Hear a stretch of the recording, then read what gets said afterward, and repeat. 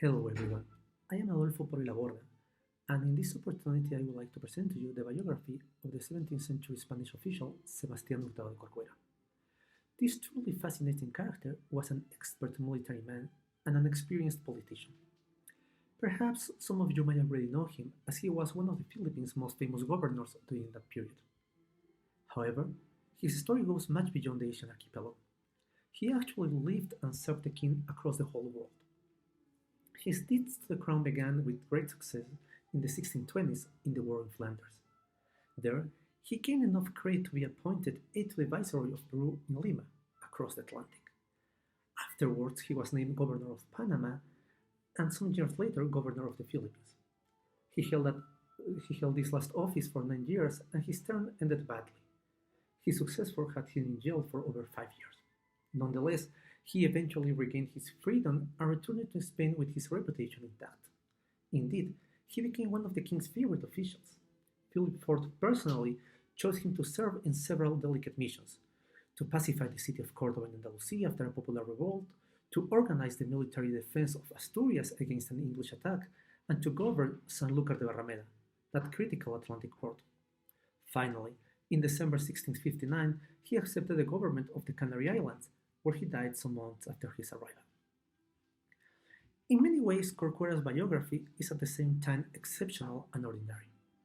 On the one hand, over his more than 40 years serving the Spanish crown, he held distinct posts in places such as Breda, Callao, Panama, Manila, Córdoba, or Las Palmas.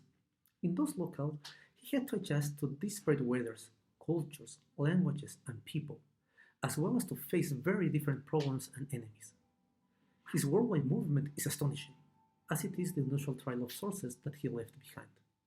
However, and on the other hand, his life and actions are similar to that of many other thousands of royal officials, though not so notoriously, were in continuous movement serving the king in the most remote places. It was thanks to the constant and wide-ranging activities of these lower echelon officials that the Spanish Empire was integrated and ruled. Through the biography of Corcuera, full of military adventures, courtier intrigues, great successes and failures, we can perceive some of the central elements that define 17th century Spanish politics, society, as well as the mechanisms, often extremely violent, that allowed for the imposition of the king's authority.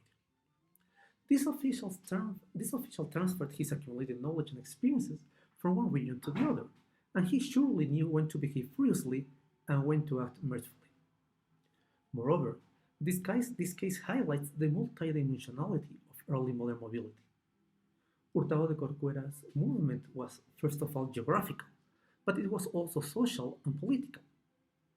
His movement linked not only various territories, but it also connected distinct networks of patronage, which by definition were locally constructed.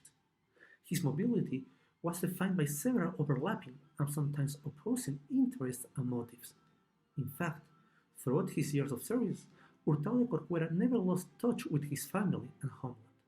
His anchorage to his native Burgundy weighed heavily on his decision and on the outcome of his activities.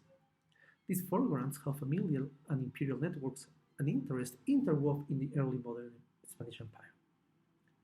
Thanks a lot all of you for your attention, and I hope to see you soon. Bye.